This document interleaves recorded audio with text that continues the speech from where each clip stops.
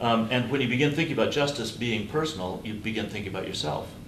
And you change as you're working on it. Realize not only if you're going to talk about restorative justice, you probably ought to be dealing with conflicts in the office differently than you are, or conflicts at home with your children or your spouse. And in other settings. But also that there is a dimension of yourself that needs to develop and become whole in that process. And so I found my faith and my work intersecting in a way that I hadn't expected. It's not so much what does the Bible say about justice. I mean, I'm interested in that, but that's not the growth that takes place. It's that I discover that what my faith says about a whole person and becoming who we were created to be is related very much to the things that we need to do when we have people who've been broken, and who then break other people. And how we respond to that is a way that builds up both of those individuals. And so I started out feeling called to the law. I still feel called to do the work that I'm doing. I feel like I've been blessed in that process.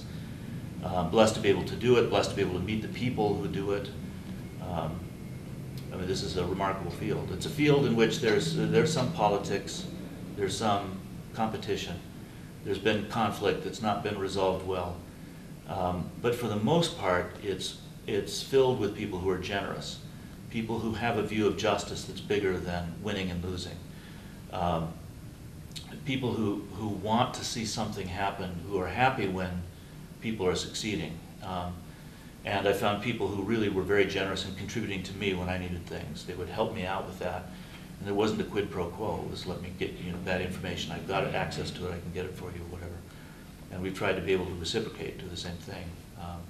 So it's nice to come to a conference like the one that we're at right now, where I'm able to meet old friends and make new friends, and see the number of people who are actually involved in the practice of restorative justice. It's nothing like I think Mark or Howard or I would have thought in our conversations back in Indiana when we were just trying to get more funding for their 2 programs. But there's so much more to be done. I mean, we aren't restorative.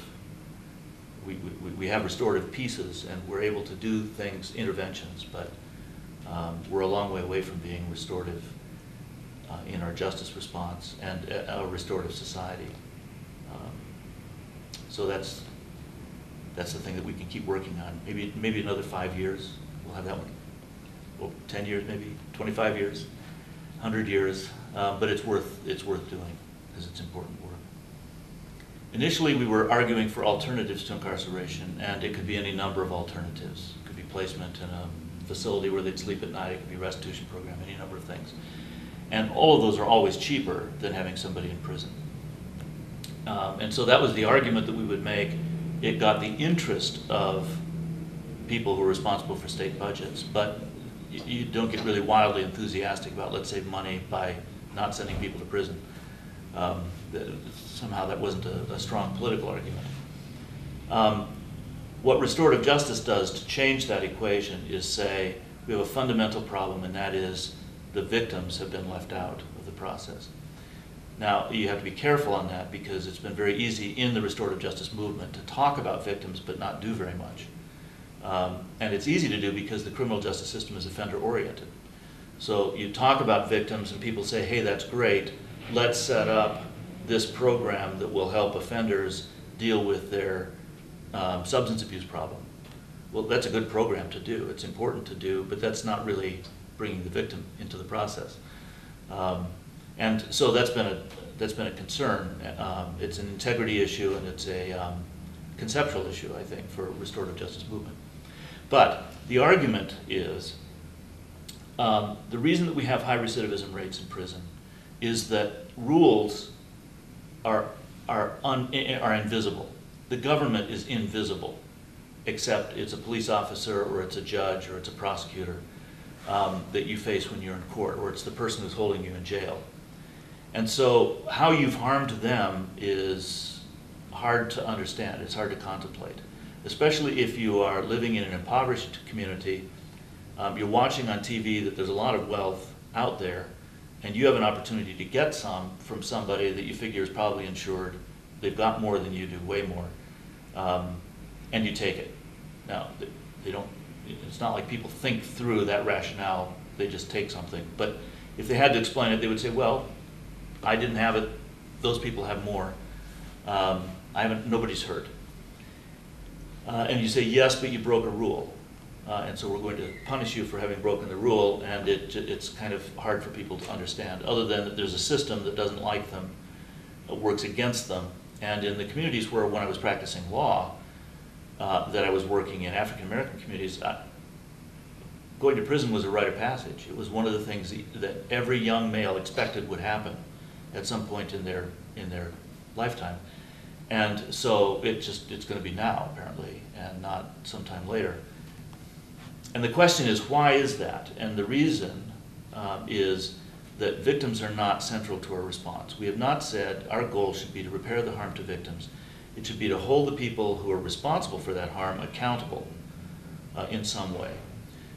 They may not be able to make up the entire harm. We maybe have to be able to help the victim with that. But they should do their part. And part of what they should do is accept responsibility. So if they're going to plead guilty and go to prison, they're going to admit they did this, then that admission, they should have the opportunity at least for that admission to be made in a way that's directed toward the victim. Or where they're at least comprehending that there was a victim involved and there's a responsibility now to that person. There were a lot of arguments made initially about how this is less expensive. And the problem with that argument is it's not, at least initially, because you have to invest in the creation of these programs. You still have all the prisons. If it costs $30,000 a year or $45,000 a year to hold somebody in prison, if you take one person out, you haven't taken $45,000 out of the budget, because that's an aggregate amount. You've taken them out, it's a little less crowded, but really all you've saved is the food costs and other incidental costs. So there has to be a radical change from one thing to another for you to talk about it saving money over time. And so the money argument was one that we all made in good faith initially, and then realized that wasn't a sustainable argument, because the budget for prisons would continue to go up. They continued to send more people there, but they couldn't connect the people they were diverting to fewer people going to prison. There have been some places where that can be done. In New Zealand, where they just basically shut down the juvenile justice system for all but the juveniles convicted of violent crimes, the crimes where they could be tried as adults. Everybody else is handled either through a police caution or through a conference. And if they fail to keep the agreement, it goes back to the conference. They never go to court. They closed down juvenile prisons. They closed down juvenile courts, and so they can say they save money, even though they had to invest in social welfare people to run these programs. There's been an interesting study released in 2007 by Lawrence Sherman and Heather Strang. What they did was take, there's been a lot of research done on restorative justice, and a lot of it is not useful for comparing with the criminal justice system, because they weren't comparing apples to apples.